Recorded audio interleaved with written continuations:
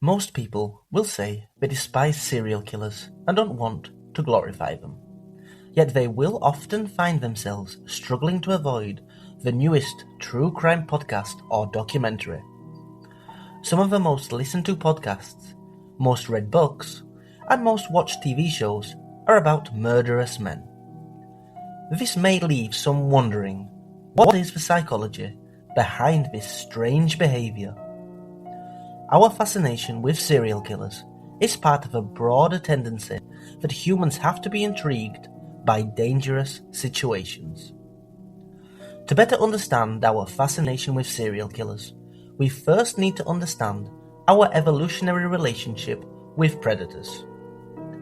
Effectively, avoiding a predator is an essential skill for most animals. However, predators aren't always looking for a meal. If a predator isn't hungry, it's not in the predator's best interest to chase after prey. Hunting is energetically costly. It isn't always successful, and food can't be safely and easily stored after it's caught. Learning about predators is just as important for humans as it is for other animals, and this was especially true over evolutionary time. While our risk of being preyed upon today by lions and cheetahs is relatively low, we still face the risk of being preyed upon by dangerous people. Our minds deal with dangerous people like they do with other dangerous predators. We try to learn about them when it is safe to do so because this helps us know how to move effectively to avoid them. Some people are fascinated by serial killers and other crime stories, for the same reason we have nightmares. There is survival value in studying and pretend experiencing potentially deadly situations. Finding out everything you can about something you fear can give you some feeling of hope that should you ever encounter that situation in your life, you may be able to use that knowledge to bring about a better outcome for yourself than if you knew nothing at all. The underlying and often subconscious hope is that if you learn from the mistakes others have made, perhaps you could avoid becoming a victim yourself. Most of us are not serial killers, or killers at all, and so it is very hard for us to naturally put ourselves into the same mindset as a serial killer. Being able to occupy the same headspace as another is key to predicting their behavior and being able to navigate safely around others. Since most people cannot naturally cope with this headspace, analysis of the mindset of killers has to suffice to give us some idea what may be going on in there, and hopefully offer us some prayer of avoiding being a victim. What makes some women attracted to serial killers, you may ask? Some women like the feeling of being in danger. They like dangerous people. It sexually arouses them. They find it sexy that someone could hurt another person. These women are delusional. They probably think that they can save that serial killer and live happily ever after. It's a Beauty and the Beast type of thing. To them, he is the ultimate bad boy. Women in general have a strong desire to be with a bad boy. Anything that is masculine turns women on, and the rebelliousness, the impunity to the law, the defiance, and the making your own rules and being your own boss really appeals to some women. No one is tougher, harder, stronger, and more masculine than someone who is violent and flouting every law of man and human decency. Another attribute is if there was a severe trauma in childhood, usually sexual abuse, that caused her to be attracted to men who want to harm and victimize her and other people. They are vicariously living out their own fantasies of revenge and murder through him. Some women are passive and do not act on their own wishes and choose a man they can live through vicariously. Once he is caught and apprehended, he is behind bars. Women who are attracted to inmates like the control they have. You are always in the driver's seat when he is confined because you know where he is at all times and know he has no one to lie to and cheat on you with there.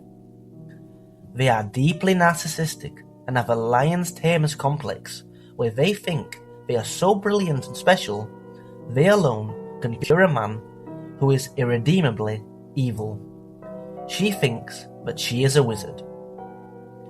In some cases, consciously or not, females are attracted to males that look and behave like her father, much or less.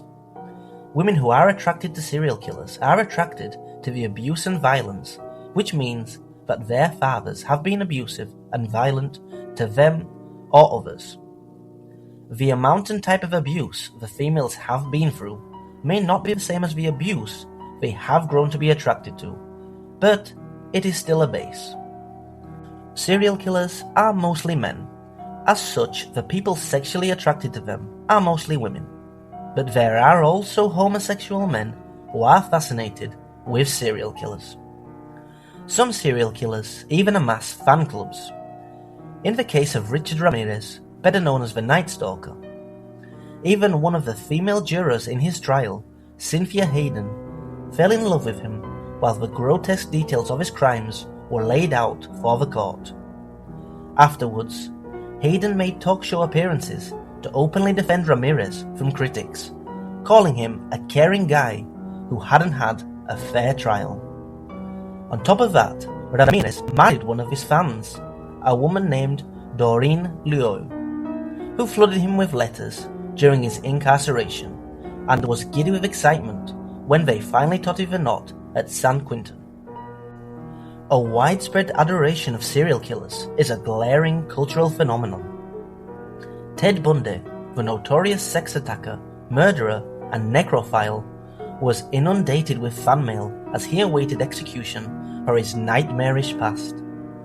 Peter Sutcliffe, the Yorkshire Ripper, who committed such savage crimes against so many innocent women, reportedly received numerous Valentine cards every year. In the words of one newspaper article, the Ripper is bombarded by naked selfies from pen pals. Criminologist Jack Levine, author of Extreme Killing, Understanding Serial and Mass Murder, puts it simply. They love the celebrity status. These are the same women who might correspond with a rock star or rap artist. While they're likely to be ignored by a genuine celebrity, the perk of corresponding with a serial killer is they're actually likely to write back and even forge a long-term relationship. The age of social media has only exuberated this phenomenon. There's also the dangerous allure to consider. The thrill factor of getting close to a man capable of dreadful acts, while secure in the knowledge that the object of their weird adoration is securely locked away. It's like playing with fire when you know the fire department is there right behind you. On social media sites, such as Instagram and Tumblr, fans of serial killers create elaborate online shrines to their favorite criminals, creating digital collages of mugshots and trial photos, and posting images of letters they've sent and received. In an interview with Vice, one such fan confessed that violence is just exciting. If I was to have a killer as a boyfriend, it would make me excited, you know. So what are your thoughts? Why do people love the allure of true crime and serial killers? Why do people become obsessed with certain crimes and cases? Have you ever found yourself obsessed over a certain evil individual? Please comment below your own thoughts and opinions, and don't forget to like this video if you enjoyed the content, and subscribe for more related videos.